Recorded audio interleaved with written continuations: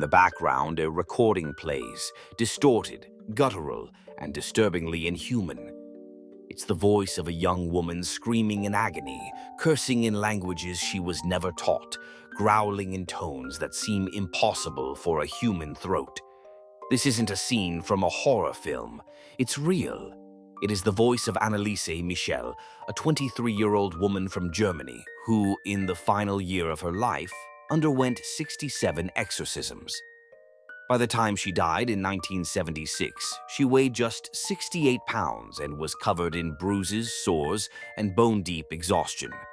Her story has since become the basis for multiple films, including The Exorcism of Emily Rose. But the truth behind the movie is far more disturbing. Not because of spinning heads or levitation, but because no one can agree on what really happened. Was Anneliese Michel suffering from a rare and devastating form of mental illness made worse by intense religious belief? Or was she, as her family and 2 Catholic priests believed, possessed by actual demons? What follows is not just a chronicle of horror, but a case that forces us to confront the limits of medicine, the reach of faith, and the responsibility of belief. This is the true story of Anneliese Michel.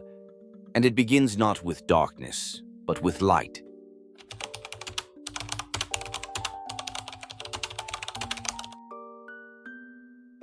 Anneliese Michel was born on September 21, 1952, in Leibelfing, a small Bavarian town in West Germany. She was raised in a deeply devout Roman Catholic household, the kind where prayer, confession, and obedience to faith were as natural as breathing. By all accounts, Anneliese was bright, kind-hearted, and deeply religious, a model daughter who rarely complained and tried hard to live a life of spiritual devotion. Everything seemed normal until 1968, when Anneliese was 16 years old. She experienced her first seizure, collapsing at school and losing consciousness. Doctors diagnosed her with temporal lobe epilepsy, a neurological disorder that can cause hallucinations, loss of awareness, and in some cases, profound alterations in personality. She was prescribed Dilantin, a common anticonvulsant, and later additional medications when symptoms persisted. But the seizures didn't stop. Over time, her condition worsened. She began to report terrifying visual and auditory hallucinations, seeing demonic faces and hearing voices that damned her to hell. She told her family that an invisible force was mocking her prayers and invading her thoughts. Despite changing medications and visiting psychiatric clinics, her symptoms only became more severe and spiritually charged. Eventually, Anneliese, and those close to her, began to believe this was no longer a medical problem. Her devout upbringing, combined with the failure of scientific treatment, led her and her family to reframe her suffering in spiritual terms. She began to speak of being punished, of being possessed. By the early 1970s, Anneliese's condition had become more than clinical. To her family and later to the priests who would become involved, she was a soul under siege.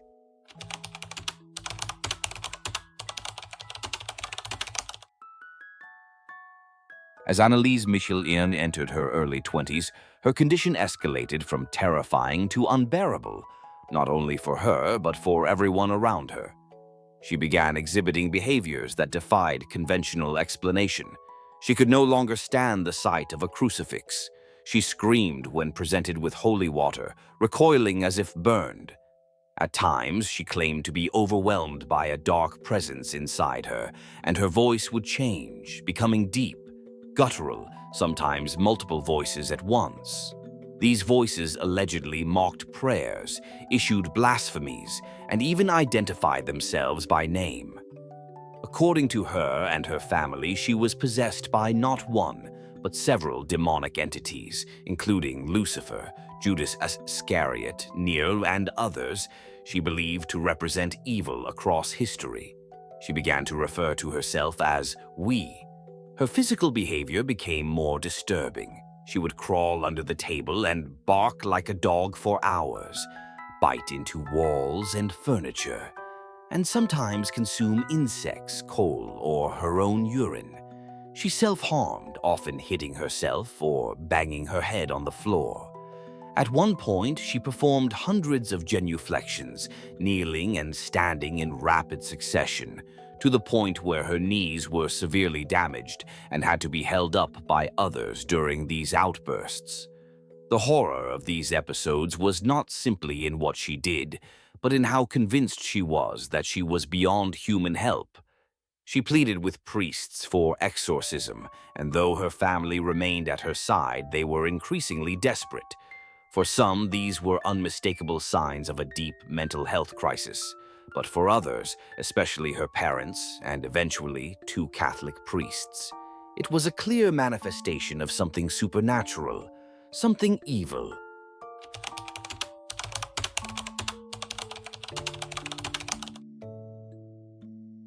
By 1975, Anneliese Michel's condition had become impossible to ignore.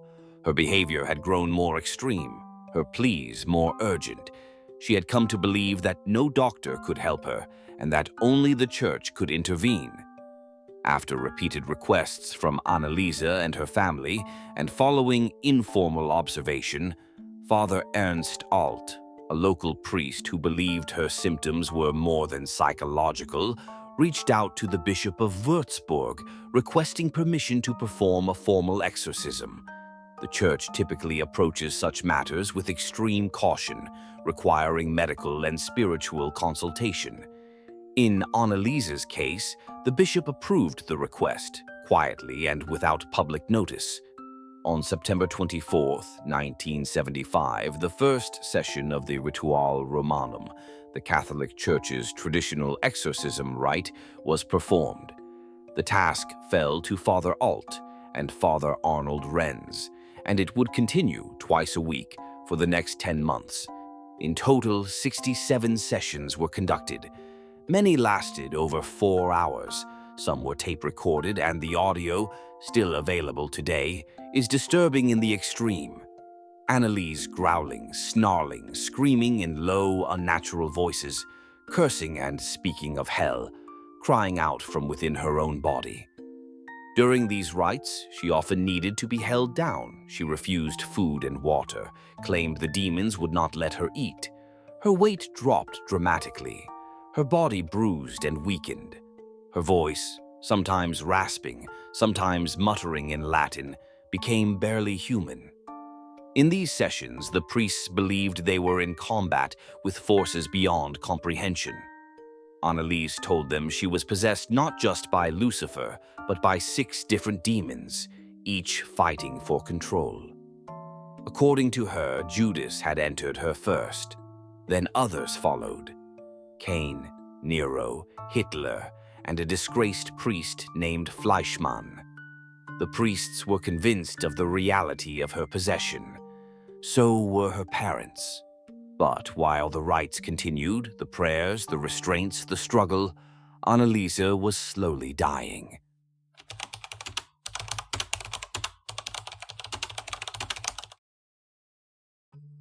By the spring of 1976, Anneliese Michel's body was failing. She had become emaciated. Skin stretched over bones, her face sunken, her hands raw from injury and restraint. She had stopped eating altogether, believing that starvation was part of her atonement, that her suffering had spiritual purpose, that she was dying not in vain, but as a vessel for redemption.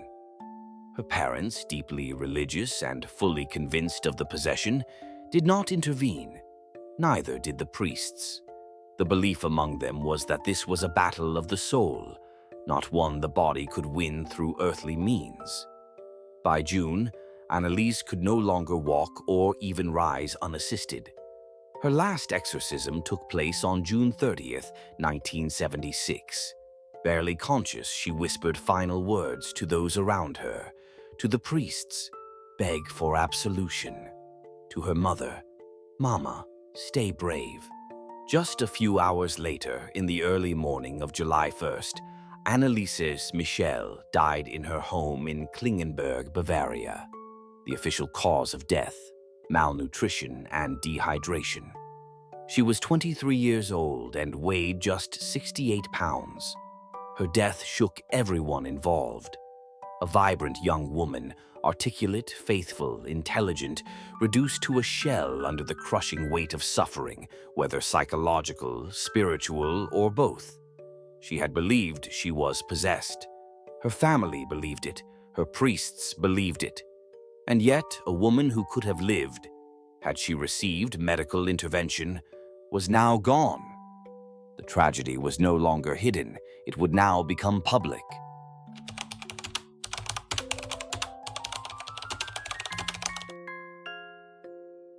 Anneliese Michel's death could not be ignored, not by the public, the church, or the state. When the details emerged that a young woman had died of starvation under the care of her parents and two priests, all while enduring 67 exorcisms, the story exploded across Germany and beyond. An investigation was launched, and soon criminal charges were filed. In 1978, Anneliese's parents, along with Father Ernst Alt and Father Arnold Renz, were charged with negligent homicide. The case drew intense media attention, and the courtroom became a battleground not only of legal arguments, but of world views: science versus faith, law versus religion, medical ethics versus spiritual conviction. The prosecution argued that Anneliese had died unnecessarily and that medical treatment had been withheld even as she wasted away. They emphasized that she had stopped eating for months and that no attempt had been made to re-hospitalize her.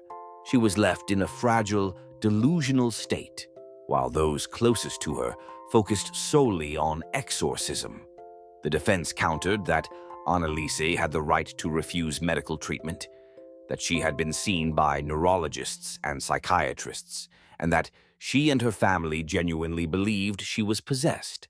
They argued that the exorcisms were carried out at her request, and that the priests had acted out of religious duty and compassion, not negligence. In a move that shocked many, the court found all four defendants guilty. However, given the sincere beliefs and emotional circumstances, the sentence was lenient: 6 months in prison, suspended, and 3 years of probation. The case set a legal precedent in Germany, one that highlighted the tension between personal belief and medical responsibility. It became a reference point in both religious and psychological communities, and it forced the Catholic Church to re-examine the guidelines surrounding exorcism. But for the Michel family and for the priests, the sentence meant little. The loss had already been delivered, and it was permanent.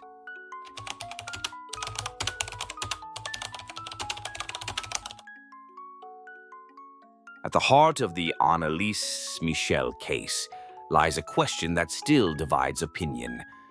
Was she mentally ill or truly possessed? From a medical standpoint, many professionals point to a clear clinical profile. Anneliese had been diagnosed with temporal lobe epilepsy, a condition known to cause seizures, visual hallucinations, altered states of consciousness, and intense religious fixations. Over time, her symptoms evolved to include elements that some psychiatrists now believe align with psychosis, schizophrenia, or dissociative identity disorder, conditions that can cause auditory hallucinations, personality fragmentation, and delusional belief systems. She had been prescribed multiple medications, including Dilantin and other anticonvulsants. Some argue these drugs may have impaired her cognition or mood, possibly exacerbating underlying psychiatric issues. Her increasingly severe behavior, including self-harm, starvation, and delusional speech, could all, in theory, be explained by progressive mental illness left untreated in its final stages. But those who believe in the supernatural, including her family, the priests, and many devout Catholics to this day, disagree completely. They point to incidents that, in their view, defy medical explanation. Her alleged ability to speak languages she had never studied, Latin, Aramaic, the way her voice changed during exorcisms, her extreme physical strength during certain episodes, her apparent clairvoyance, predicting religious events or the thoughts of those around her. While many of these claims are anecdotal, and not all were independently verified, they fueled belief that Anneliese had been the victim not of neurological decay, but of something evil. The Catholic Church, after the trial, took a more cautious stance. Officially, they have since categorized Anneliese as mentally ill, and they emphasize the need for rigorous psychological evaluation before approving future exorcisms. In 1999, the Church revised its exorcism guidelines for the first time in centuries, partly in response to cases like Anneliese's. Still, the debate endures. To some, she was a textbook example of untreated mental illness, magnified by religious isolation. To others, she was a martyr, someone who suffered for a spiritual reality that science refuses to acknowledge. In this collision between belief and medicine, no verdict feels final.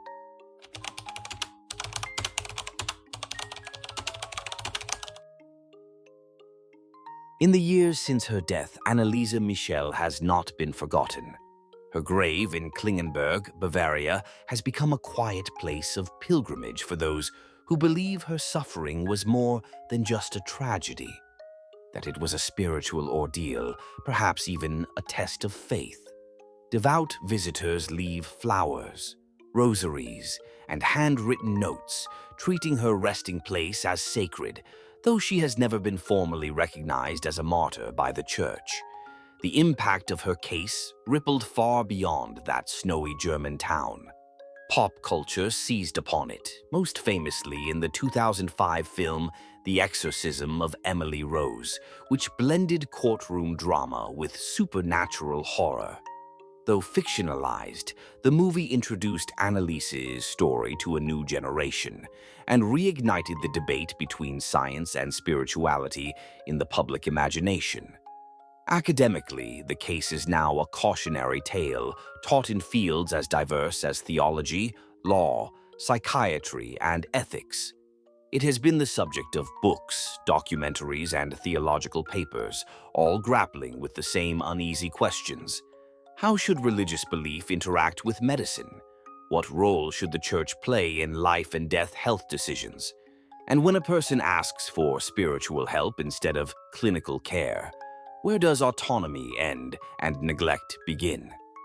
In 1989, the Vatican quietly revised its official exorcism rite, introducing stricter protocols for psychological evaluation and clearer distinctions between mental illness and potential possession. Many believe this change was, in part, a response to what happened to Anneliese, a tragedy the Church never officially acknowledged as a mistake, but clearly learned from. For believers, her pain was real and spiritual. For skeptics, it was preventable and human. But for everyone, her story remains one of the most haunting collisions of faith and medicine in modern history.